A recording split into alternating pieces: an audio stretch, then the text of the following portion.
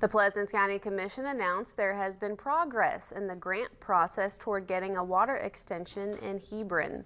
According to the president of the Pleasant County Commission, Jay Powell, the grant for the expansion to give 32 households a water supply was approved back in 2024. Hebron has been brought up for this issue before. There were attempts in 2012 and 2016 that failed to get state funding approval.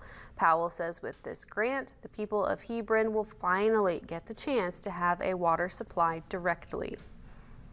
We here in town take for granted sometimes our easy access to water. Those folks out there in that district in particular don't have clean drinking water. So we did some studies from the health department and determined that they would be a great candidate for water expansion, and we were blessed to receive this grant. And with our PSD working with the folks at the state level, we're able to get them water hopefully sooner than later.